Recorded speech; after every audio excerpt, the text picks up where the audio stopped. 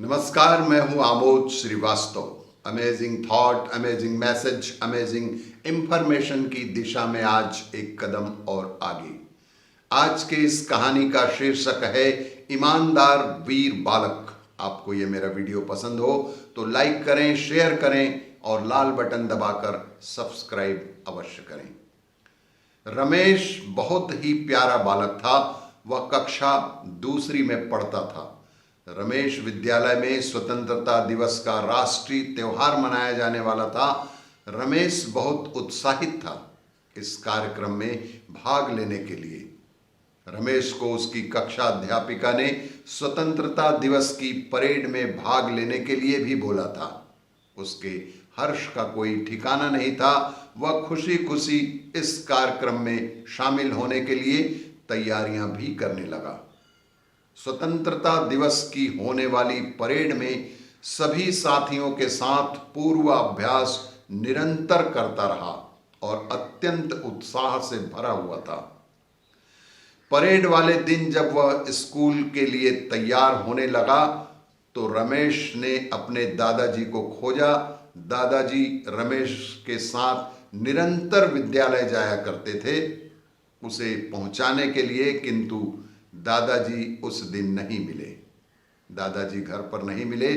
माँ से पूछा तो माँ ने बताया कि दादाजी गांव गए हैं।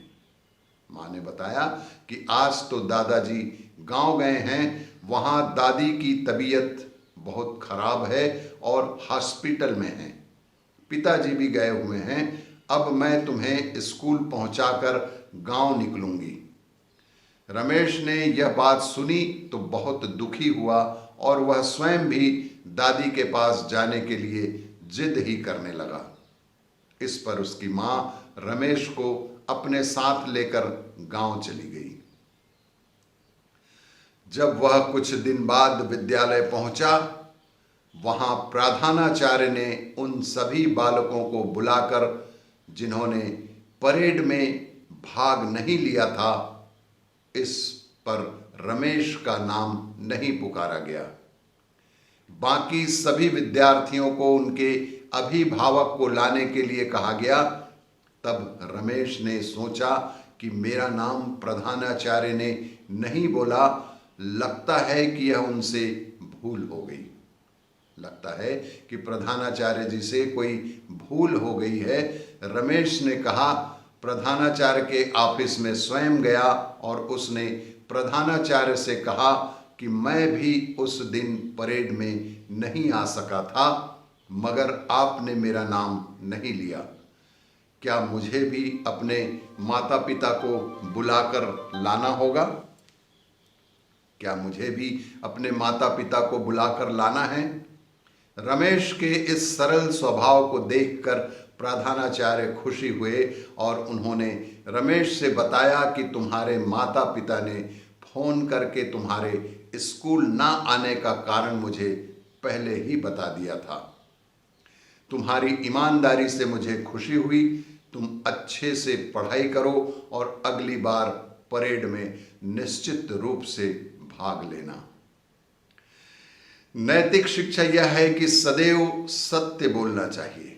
इस कहानी से नैतिक शिक्षा यह मिलती है कि सदैव सत्य बोलना चाहिए और सत्य का साथ देना चाहिए।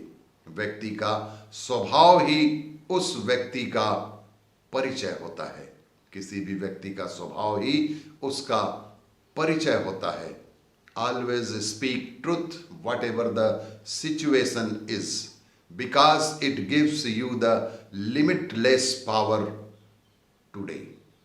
और भी इसी तरह की जानकारियों के लिए देखते रहिए मेरा वीडियो। लाइक करें, शेयर करें और सब्सक्राइब अवश्य करें। धन्यवाद।